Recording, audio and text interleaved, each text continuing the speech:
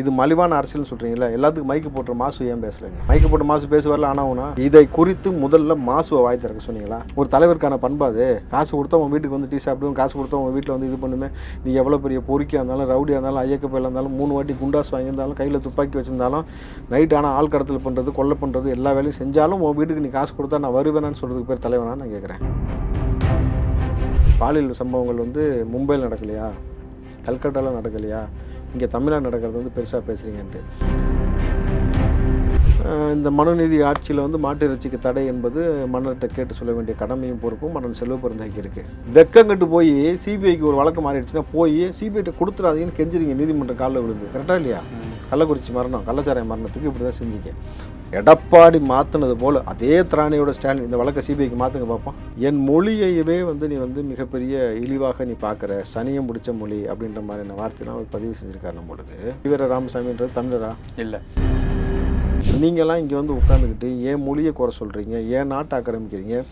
என்னமோ இவர் தான் வந்து இங்கே விடுதலைக்காகவும் சுதந்திரத்துக்காகவும் போராடின புரட்சியாளர்கள் மாதிரி பேசுவது எப்படி இயல்பாக ஏற்றுக்கொள்ள முடியும்? இத்தனை லட்சம் கோடி கடன் வாங்கி எங்கள் தலைக்கு மேலேருந்து வரிச்சுமை கூட்டிகிட்டே போது அவ்வளோ கடனை ஏன் தலையில் தூக்கி வச்சுட்டு நீங்கள் சொகுசாதான சுற்றி இருக்கிறீங்க? உங்கள் பிள்ளைக்கு 200 கோடி தூக்கி கொடுத்து கார் ஓட்ட சொல்லிட்டு மனு வாங்கும்போது மண்டலில் மனு வச்சு அடிக்க வேண்டியது திமுககாரன், அதுக்கப்புறம் கொண்டு போய் குப்பையில் போட வேண்டியது. இந்த பக்கம் நிதி மத்திய அரசுலேருந்து வாங்க வேண்டியது, 4000 கோடி நக்கிட்டு போய் விட்டு மக்களை பெருவெள்ளத்தை தவிக்க விடுறது, எல்லா ஸ்கீமுக்கும் பணத்தை வாங்குறதா நம்ம மக்களுக்கு எதுவுமே உருப்படியாக ஒரு விஷயமும் செய்யாமல் மக்களை பரிதவிக்க விடுறேங்கிறதுக்கு வேல்முருகன் சட்டமன்றத்தில் சொன்னது சாட்சி.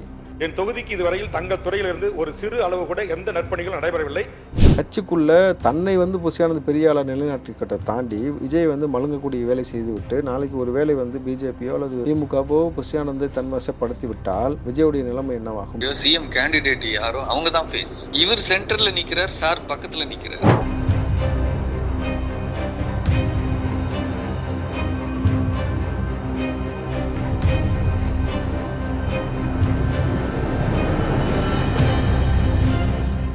ரியலோ நேயர்களுக்கு வணக்கம். இன்று நம்மளுடைய நேர்காணலுக்கு காங்கிரஸ் கட்சியை சேர்ந்த திரு ராவுத்தர் இப்ராஹிம் அவர்களை நினைச்சிருக்காங்க. சார் வணக்கம். வணக்கம் தமிழ், எப்படி இருக்கீங்க? நலமா இருக்குமா?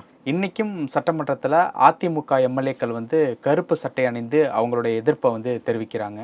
இந்த பக்கம் வந்து பேட்ச் அணிஞ்சிட்டு வரீங்க, கருப்பு சட்டை போடுறீங்க, ஏன் அரசியலை இந்த அளவுக்கு மலிவாக வந்து கையாண்டுகிட்டு இருக்கீங்க அப்படின்னு சொல்லிட்டு முதல்வர் அவர்கள் வந்து அதிமுக எம்எல்ஏக்கள் மேலே கேள்வி எழுப்பியிருக்காங்க. எப்படி பார்க்கறது இந்த நிகழ்வை? மலிவானா புரியல. மலிவான அரசியல் பண்ணுறீங்க ஏன்? ஒரு பெண் பாதிக்கப்பட்டிருக்கார், அது ஒரு மாணவி அண்ணா யூனிவர்சிட்டியில் வச்சு உங்கள் திமுக காரந்த பொறுக்கித்தனத்தை பண்ணியிருக்கிறான்னு தெரிஞ்சது பிறகு அவன் வந்து நீங்கள் என்ன சொல்கிறீங்க? திமுக காரன் கிடையாது, திமுக ஆதரவாளர். 2024 நாடாளுமன்ற எலெக்ஷனில் வேலை பார்த்துருக்கான் தம்பி. அவன் தமிழ்ச்சி தங்கப்பண்ணு வரும்போது கூடவே பைக் ரயிலில் பின்னாடி ஆளுங்க வருவாங்கல்ல, கூட வந்திருக்கிறான். அந்த காணொலி எடுத்து இப்போ போட்டுக்கிட்டு இருக்கிறாங்க எல்லா இடத்துலையும். சரி, நான் என்ன சொல்கிறேன், இது மலிவான அரசியல்னு சொல்கிறீங்களா? எல்லாத்துக்கும் மைக்கு போட்டுற மாசு ஏன் பேசலை? இன்னும் மைக்கு போட்டு மாசு பேசுவார்ல ஆனாவுனா இதை குறித்து முதல்ல மாசுவை வாய் திறக்க சொன்னீங்களா? யாராக இருந்தாலும் நடவடிக்கை எடுக்கப்படும் அப்படின்னு சொல்லியிருக்காங்க. இந்த நம்மளை கிறுக்க நினச்சிட்டு நீங்கள் வந்து ஒரு உருட்டுறீங்கல்ல, இதெல்லாம் போய் அவன்கிட்ட அது இழிச்ச வாய்ப்பாள்கிட்ட சொல்லுங்கன்றேன் நான். யாராக இருந்தாலும் நீங்கள் கிழிச்ச கிளி தான் நாங்கள் 3 வருஷமாக பார்த்துக்கிட்டு தானே இருக்கிறோம். யாராக இருந்தாலும் என்ன, யாராக இருந்தாலும் இது வரைக்கும் வந்து தமிழ்நாடு நடத்த அநீதிகளுக்கு எதுக்காவது ஒரு தீர்வு எட்டப்பட்டிருக்கா? இன்ன வரைக்கும் அந்த காவல்துறை மீது நடவடிக்கை எடுத்தீங்களா? அந்த ஐயோ மீது இன்வெஸ்டிகேஷன் ஆஃபீஸர் தானே, அது அவர் மூலமாகத்தான் இந்த கசிந்தன்னு சொல்லப்படுகிறது. அப்போ அந்த ஐயோ மீது இது வரைக்கும் நடவடிக்கை கிடையாது.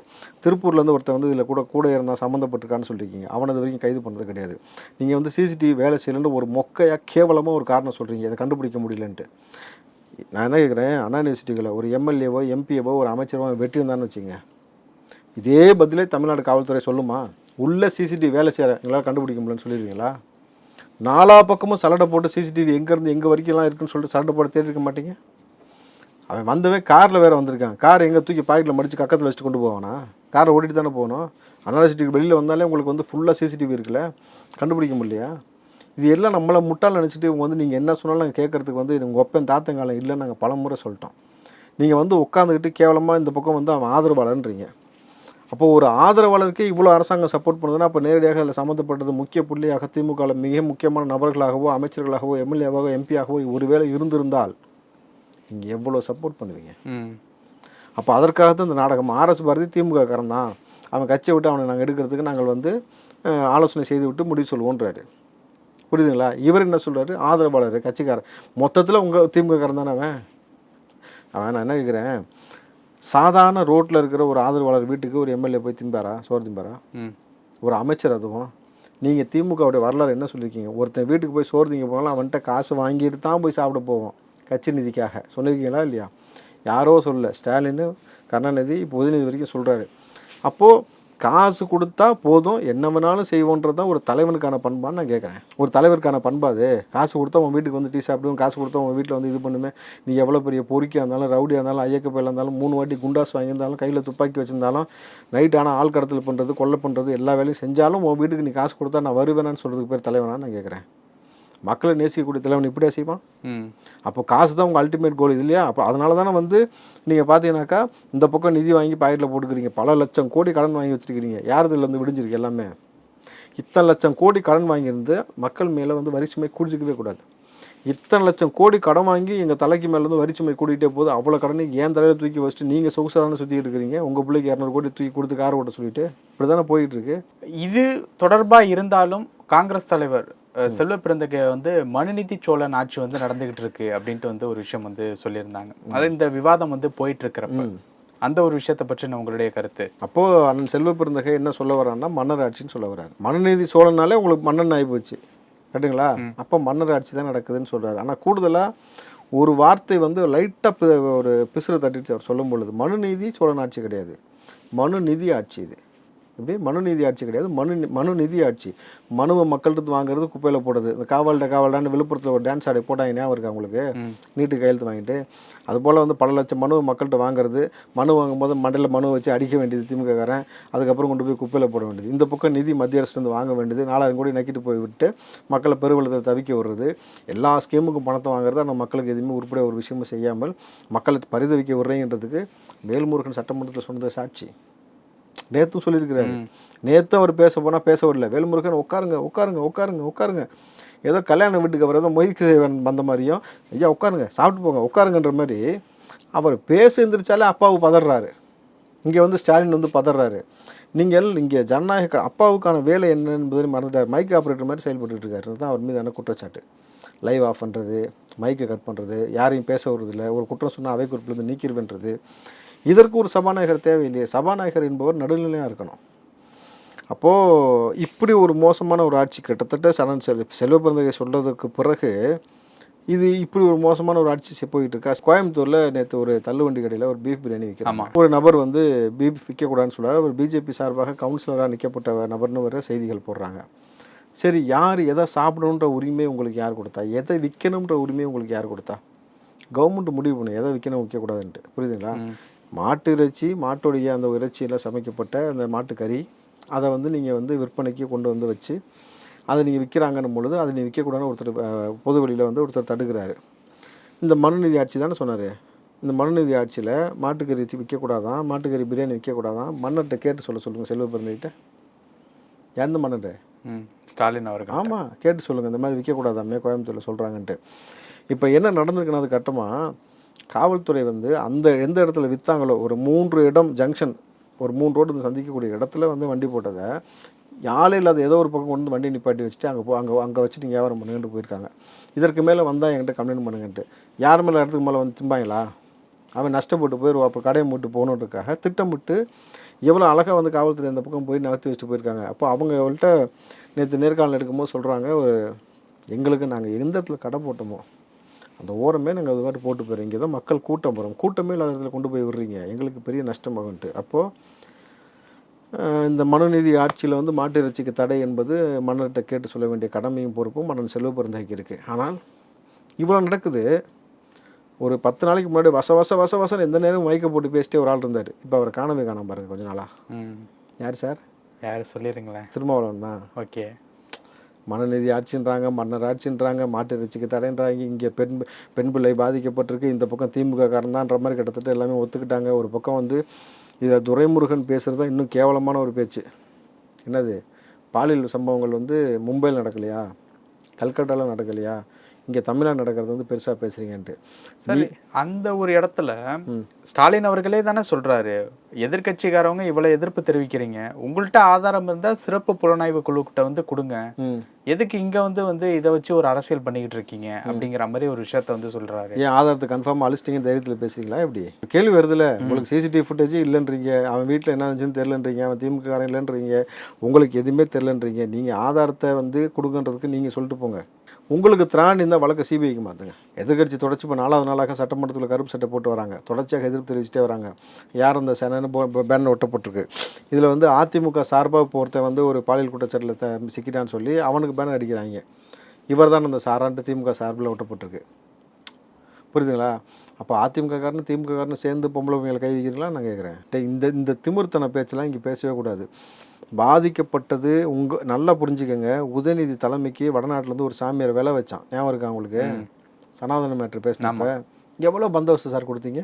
இப்போ சீமான் அவர்களுடைய வீட்டுக்கும் கொடுத்துருக்காங்க.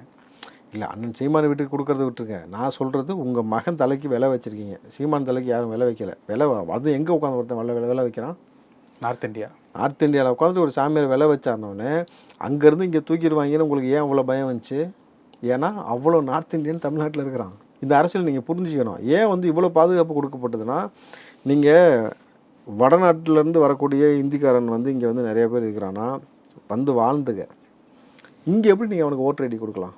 இங்கே எப்படி நீங்கள் வந்து ஆதாரில் வந்து நீங்கள் தமிழ்நாட்டை பொறுத்த வரைக்கும் ஒரு சிஸ்டம் கொண்டு வரணும். இந்தியாவுக்குமே அது பொருத்தமாக கொண்டு வந்தால் இன்னும் பெட்டராக இருக்கும். நீ எங்கே வேணாலும் வாழ்ந்தாலும் உன்னுடைய பர்மனெண்ட் அட்ரஸ் இருக்குல்ல, அதில் தான் வந்து ஆதாரில் பர்மனெண்ட் அட்ரஸ் மட்டும்தான் இருக்கணும். லோக்கலில் நீ வேறு ஊருக்கு வர, வேறு ஸ்டேட்டுக்கு வர அப்படின்னும் பொழுது அங்கே போஸ்ட் ஆஃபீஸ் மூலம் அட்ரஸ் ப்ரூஃப் கார்டுன்னு ஒன்று கொடுப்பாங்க கவர்மெண்ட் மூலமாக.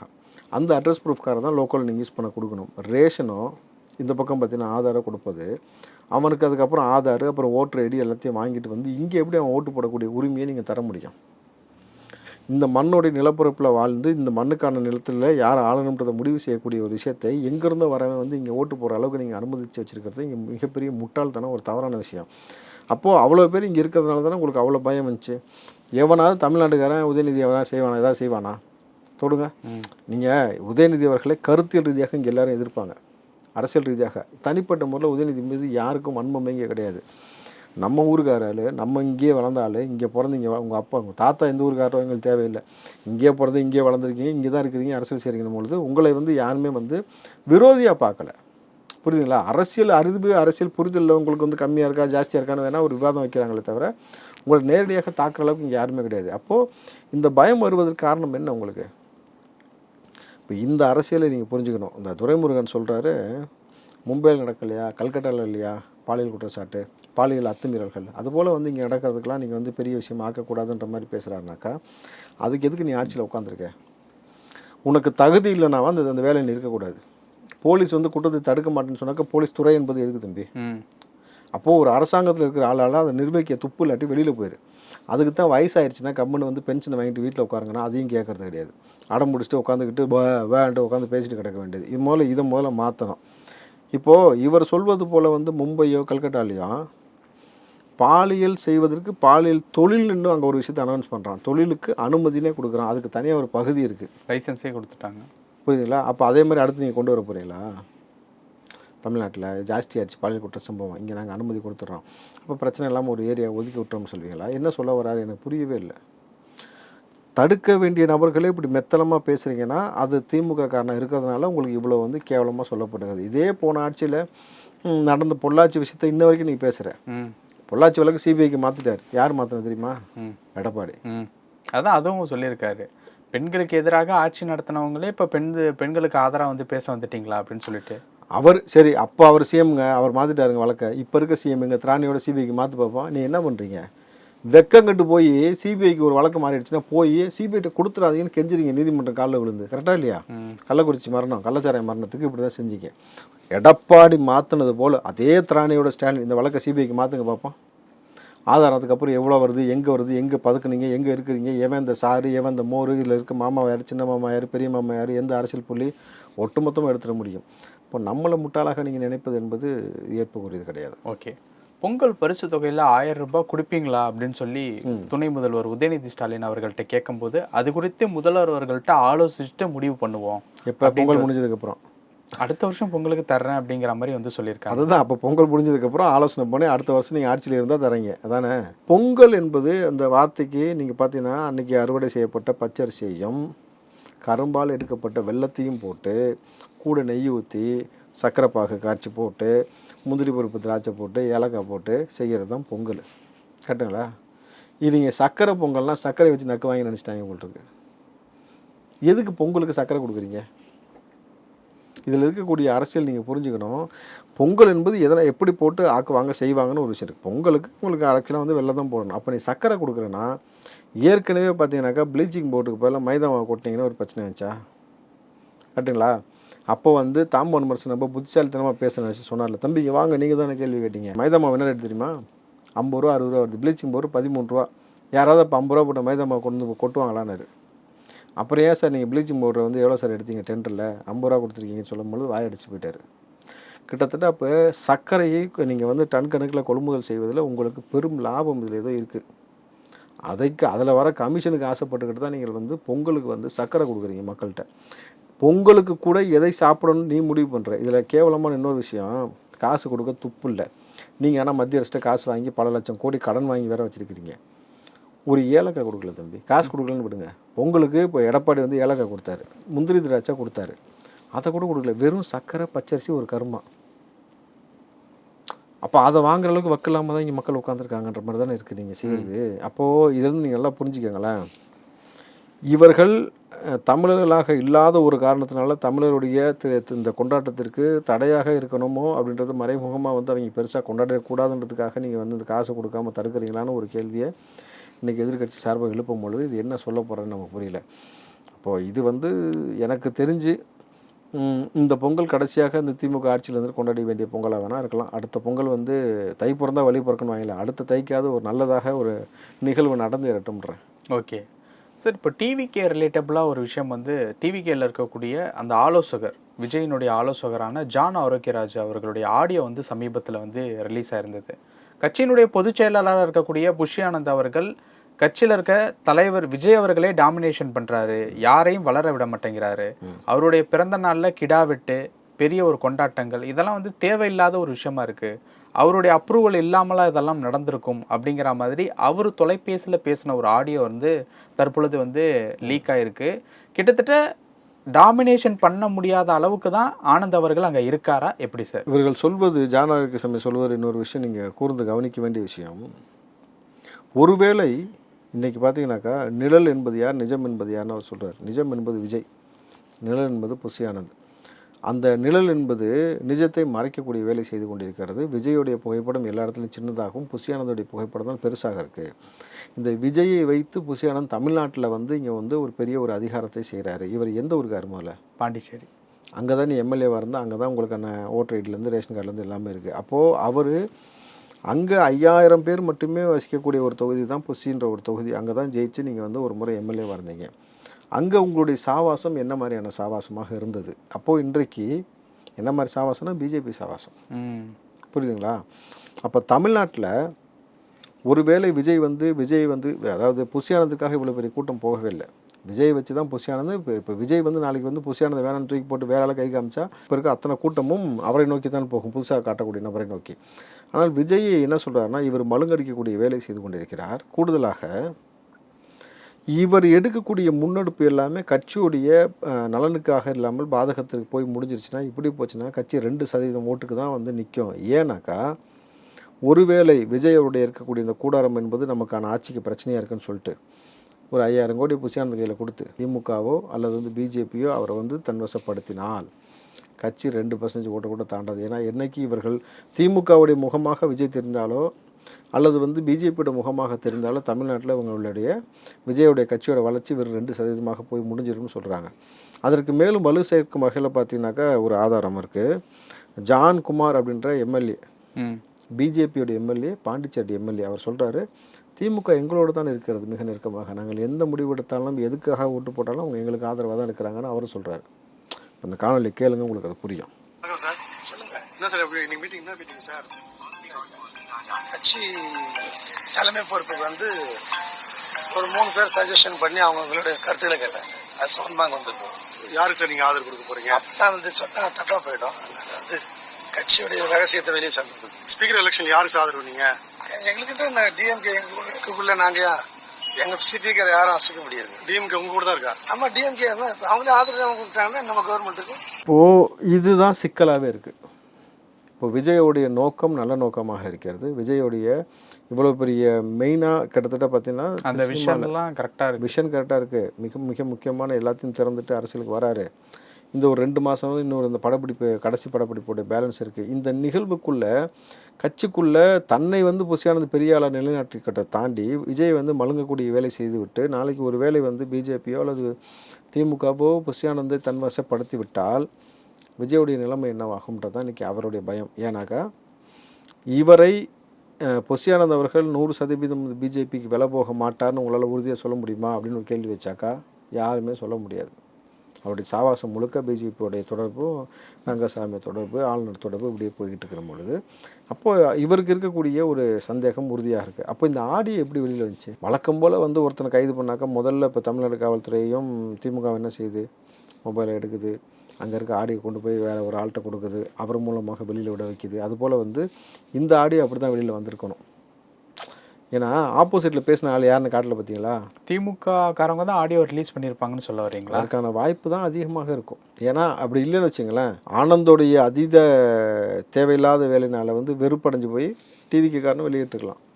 இந்த விஷயம் விஜய்க்கு சென்றடையணுன்றதுக்காக வெளியிட்டிருக்கலாம். அப்போ இதற்கு மேலே என்ன செய்கிறது? ஏன்னா வந்து நேரடியாக வந்து விஜயிடமே சொன்னாலும் கூட விஜய் அப்படியே ஆனந்தத்தை சொல்லிடுறாருன்றதான் ஜானு ராகேஷ் சொல்கிறாருன்னும் பொழுது அவங்க கட்சியோட வளர்ச்சியை எந்த அளவுக்கு கொண்டு போக போகிறாங்கன்றதை தாண்டி விஜயோட எதிர்காலத்தை வந்து ஆனந்த் முடிச்சு விட்டுருவாரோன்னு ஒரு பயத்தை தான் இப்போ அவங்க ஏற்படுத்துகிறாங்க பொழுது எவ்வளோ பெரிய கூடாரமும் வந்து நின்னது விஜய்க்காகத்தான், ஆனந்துக்காக கிடையாதுன்னும் பொழுது அதை விஜய் அவர்கள் புரிந்து கொள்ளணும். ஆனந்த் அவர்கள் வந்து இந்த நொடி வரை இதற்கு ஏதோ மறுப்பு தெரிவிச்சிருக்காரா? இல்லை அல்லது வந்து ஜானு ராகேஷ் ஏதாவது மறுப்பு தெரிவிச்சிருக்காரா என் ஆடியோ இல்லைன்னு? ரெண்டுமே இல்லைன்னும் பொழுது அப்போ கலை யதார்த்தம் இதானும் பொழுது வெயிட் பண்ணி பார்க்கணும். விஜய் கையில் தான் எல்லாமே இருக்குது. இப்போது சீமான் அவர்களுடைய வீட்டுக்கு வந்து பயங்கர போலீஸ் பாதுகாப்பு, பெரியாரை குறித்து ரொம்ப ஒரு சர்ச்சையான ஒரு கருத்தை வந்து பேசிட்டாரு அப்படிங்கிற மாதிரியான நிறைய செய்திகள்லாம் வந்துக்கிட்டு இருக்கு. இது குறித்து சேகர் பாபு அவர்கள்ட்ட கேட்கும்போது நாம் தமிழர் கட்சி கொஞ்சம் கொஞ்சமாக கரைஞ்சிக்கிட்டு இருக்கு அப்படிங்கிற பதிலை வந்து கொடுத்துருக்காரு. எப்படி பார்க்கறது இந்த விஷயத்த? யாரு குறித்து பேசினாரா அவர்? பெரியார் அவர்களை குறித்து. பெரியார்னா பெரிய தந்தை பெரியார், ஈவே ராமசாமி நாயக்கர். எப்படி ஈவே ராமசாமி நாயக்கர் பெரியாரா மாறினார்? எப்படி வந்து தட்சணாமூர்த்தி கலைஞராக மாறினார், கருணாநிதியாக மாறினார்? அதாவது இதோட டிரான்ஸ்ஃபர்மேஷன் நீங்கள் புரிஞ்சுக்கோங்க. தட்சணாமூர்த்தி இயற்பெயர், கருணாநிதி வச்ச பெயர், இவங்களாம் வச்சுக்கிட்ட பெயர். கருணாநிதின்றதுக்கப்புறம் கலைஞர், அது பட்டம். ஆனால் இப்போ எப்படின்னு சொல்கிறாங்க? கருணாநிதினு யாருமே சொல்கிறாங்களா? கலைஞர். அப்போது எப்படி ஒவ்வொரு போர்வைக்குள்ளே புகுந்து வந்தாங்களோ அது போல் வந்து ஈவே ராமசாமி எதுக்கு பெரியார்ன்ற போர்வைக்குள்ள மூலம் கொண்டு போய் விட்டீங்க? இப்போ அதுக்கு நல்லா புரிஞ்சுங்க. அந்த பெரியார்ன்றவர் ஈவே ராமசாமி தமிழ் மொழியை குறித்து இழிவாக பேசியிருக்காரா இல்லையா, தமிழ் இலக்கிய நூட்களை குறித்து இழிவாக பேசியிருக்காரா இல்லையா அப்படின்றது ஒன்று. அவர் தலைமையில் வந்து விபச்சார குழுக்கள் வச்சுருக்காங்க செஞ்சுருக்காங்கன்ற மாதிரியான பல செய்திகளை பல நபர்கள் இந்த மாதிரி பேசிக்கிட்டு இருக்கிறாங்க பொழுது இப்படியும் பெரியார் பேசினார்னு ஒரு சில நபர்கள் ஆதாரத்தை காட்டுறாங்க.